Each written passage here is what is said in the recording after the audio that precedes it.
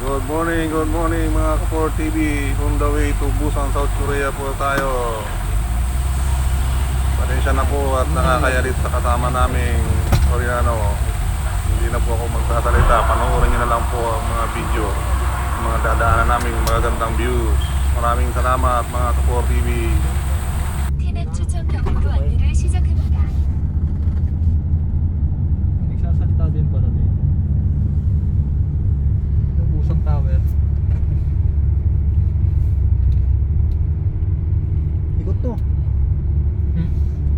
Ikot to. Dito ka nakakatakot sa bus. Kala mo tatagilid eh. Mataas kasi yung bus, no? Tulit pa naman. Nasa tuktok pa man din. Kapit ako sa... Ba't wala na dito ang ano, no? Yung live. Sa gilid. 경로를 다시 Saan 탐색합니다. ito? Wait na. Ginagater ni Mano. Doon ng gitna eh.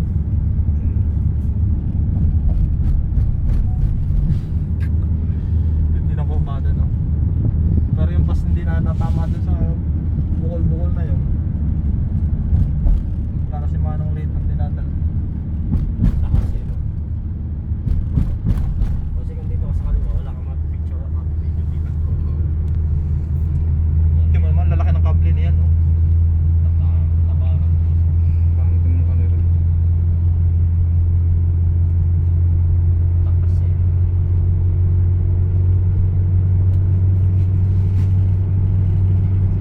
Ito na yung pinakamutas ito? Ito na yun.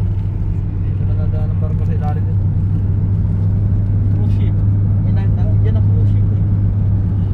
Sa busan yun. 600m 앞에 시속 70km 박스형 과속 단속 구간입니다. Ang ganda rin ng building. Baba na.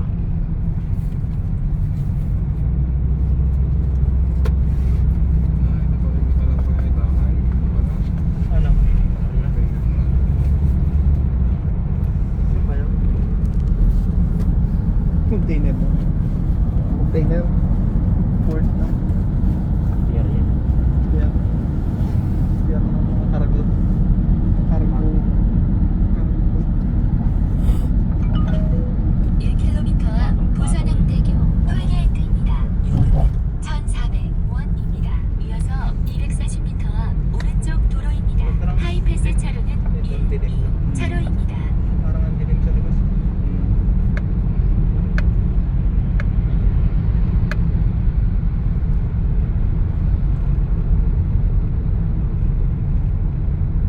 Hindi pa pumunta siya riyan na eh. May baka sumama.